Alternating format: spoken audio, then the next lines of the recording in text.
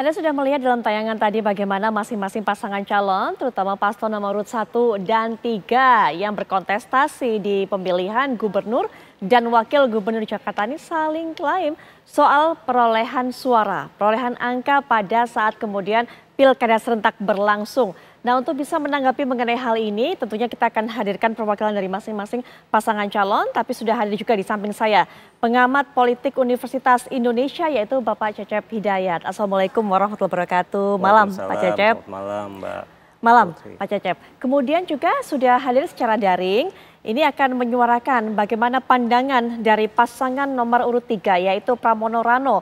Beliau merupakan jubir pasangan Pramono Rano, ada Bang Ciko Hakim. Assalamualaikum warahmatullahi wabarakatuh. Selamat malam Bang Ciko.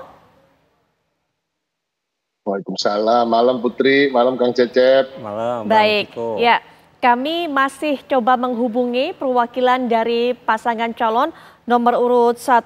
Sepertinya juga sudah bergabung dengan kita, ada Bang Ramdan Alamsyah. Selamat malam. Assalamualaikum warahmatullahi wabarakatuh. Baik, nanti kita akan coba hubungi kembali. Tapi kita akan dengarkan terlebih dahulu dari Bang Ciko.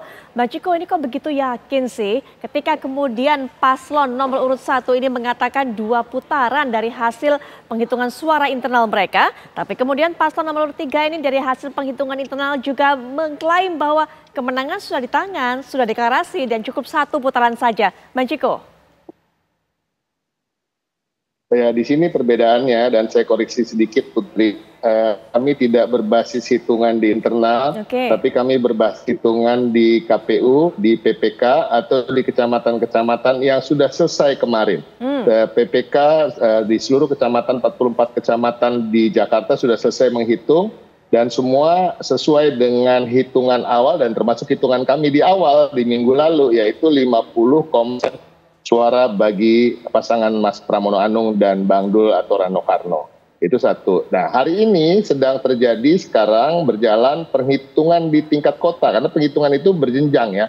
Jadi sebenarnya lebih ke untuk menegaskan apakah penghitungan di tingkat kecamatan kemarin akan disepakati lagi, hasilnya akan sama dan di beberapa kota, wilayah kota sudah terjadi dan sudah selesai seperti Jakarta Barat, Jakarta Selatan sebentar lagi dan semuanya alhamdulillah sama. Jadi kami tidak klaim dalam tanda kutip, artinya klaim sepihak hanya sesuai dengan hitungan internal. Tapi ini adalah hitungan yang memang sudah terjadi dan sudah ditetapkan di seluruh kecamatan kemarin, di semua PPK, di mana kami memperoleh suara 50,07%. Suara yang cukup signifikan karena kalau dibilang 0,7 suara itu seakan kecil, tapi itu kan persentase, sesungguhnya itu mencapai 3.000-an suara. Jadi kemenangan kami cukup signifikan dan tentu kami tetap menghormati proses pemilu ini yang masih penghitungannya berjenjang dan tinggal penetapan saja ke depannya setelah semua kota selesai dan kabupaten kepulauan Seribu, berikutnya adalah nanti tingkat provinsi. Jadi itulah jenjang yang terakhir dan alhamdulillah sampai hari ini, sampai detik ini dan masih berjalan di berbagai kota, saya rasa Jakarta Selatan dan Jakarta Pusat belum selesai. Itu fix bahwa tidak ada perubahan suara dari tingkat kecamatan kemarin. Jadi alhamdulillah kalau ibarat kata ada de facto dan de jure, sesungguhnya secara de facto kita semua tahu bahwa memang suara kami di 50,07 dan kemenangan ini adalah kemenangan 1 putaran. Tinggal menunggu keputusan de jure yang tentunya kita hargai. Di mana disitulah nanti kita betul-betul akan ditetapkan sebagai pemenang, kemudian Mas Pram dan Bang Dul dalam waktu dekat di bulan Februari kalau nggak salah, insya Allah akan dilantik sebagai gubernur dan wakil gubernur.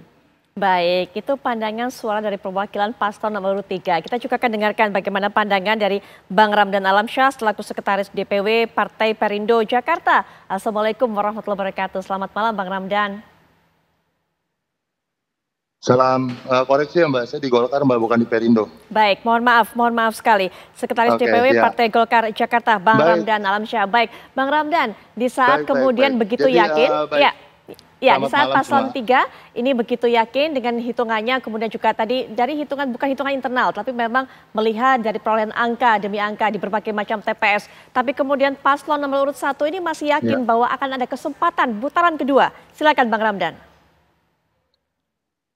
Begini, PD sih boleh ya untuk menang, tapi semua ini melalui proses rekapitulasi dan proses pleno.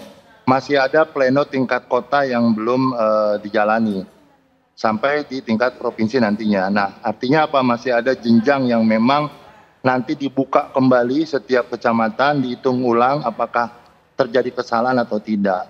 Terlepas daripada itu, kita tidak menyoroti daripada hasil yang hari ini sudah versi masing-masing kita punya ya.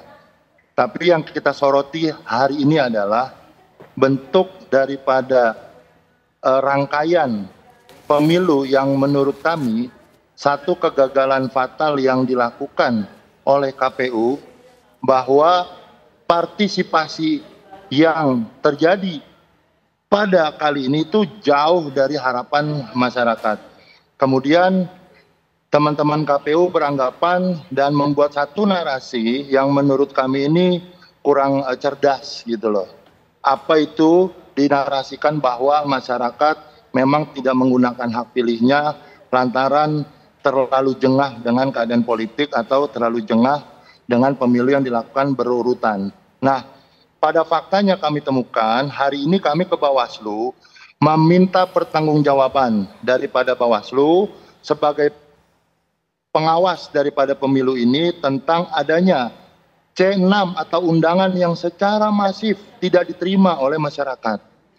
Kami menemukan bukti-bukti data yang sudah direkap bahwa partisipasi ini ada bahkan yang hanya 15%, Mbak, di setiap satu TPS. Ada yang hanya 19%, 20%, dan itu bentuknya masif. Pertanyaan kami adalah ketika misalkan ketidakikutsertaan masyarakat dalam memilih ini hanya lantaran jengah, kenapa di daerah-daerah lain banyak, bahkan di beberapa daerah yang kota kosong menang gitu loh. Artinya anggaran yang besar yang diberikan pemerintah DKI Jakarta hampir 1 triliun loh kepada KPU, KPU kerjanya sampai sejauh mana? Partisipasi kok bisa jauh dari harapan yang kita kita harapkan. Nah, pertanyaannya adalah kalau hari ini andai kata bahasa menghayal lah 03 menang 50,07. Apakah kemudian legitimasi itu tidak dipertanyakan kembali? Bahwa dari seluruh suara yang masuk hanya separuh saja. Dan bahkan separuh itu hanya 50% setelah dipotong yang suara tidak sah, kan gitu Mbak. Artinya apa? Jauh sekali Mbak. Dan ini kami katakan ada gerakan TSM yang memang kami duga kuat terjadi di Jakarta, yakni bagaimana caranya supaya masyarakat yang memiliki hak suara, kan gitu, dengan alasan bahwa C6 itu sudah disampaikan atau bahkan C6 sudah diumumkan boleh mencoblos dengan KTP dan sebagainya. Tapi faktanya mereka oleh sebagian PPS itu tidak diberikan. Dan data-data yang sudah kami sampaikan ke KPU bahwa kami sangat miris gitu loh Mbak. Ketika contoh satu saja Mbak, ada PSU yang sudah direkomendasikan oleh Panwaslu Kebayoran Lama, tapi oleh PPK Kebayoran Lama ditolak. Baik. Artinya apa? Rekomendasi yang dilakukan itu pun ditolak gitu. Di Jakarta Timur kejadian lagi. Bahwa sebentar yang dipotong. Satu lagi, bahwa di Jakarta Timur pada saat yang mencoblos yang oknum-oknum itu sudah dilaporkan ke polisi, sudah diserahkan, akan tetapi direduksinya pasal 112 terkait dengan PSU. Ini yang kalau dikatakan yang bisa melakukan TSM hanyalah yang punya kekuasaan. Jangan salah, ada silent power yang bergerak yang memang kita sedang telusuri dan sedang kita uber. Ini menjadi permasalahan. Kenapa kemudian di Jakarta yang masyarakatnya tergolong sudah cukup pendidikan, kemudian di perkotaan, tapi partisipasinya ini jauh daripada daerah-daerah yang notabene masih ada pegunungan, masih ada sesuatu jarak yang sangat begitu jauh dari kota, itu mereka masih antusias. Pertanyaannya, apakah sesederhana itu KPU hanya mengucapkan dan membentuk satu opini karena masyarakat jengah? Menurut saya masyarakat hari ini sedang dipertontonkan sikap dan perilaku daripada penyelenggara yang tidak profesional. Dan wajar ketika kami mempertanyakan juga, Mbak, legitimasinya apa gitu loh. Ketika bicara mengklaim hanya sebatas itu gitu loh. Baik, kami harus potong karena kami harus jeda, nanti kita lanjutkan setelah jeda. Bang Ramdan, siapa yang Anda maksud tadi, yang Anda arahkan kemudian melakukan gerakan TSM tadi? Tapi nanti silakan dijawab setelah jeda. Termasuk juga apakah kemudian tingkat partisipasi yang rendah ini berpengaruh terhadap legitimasi nanti hasil dari pilkada ini? Nanti Pak Cecep bisa berikan pandangan, setelah jeda kami bisa kembali dan lanjutkan pembahasan sesaat lagi.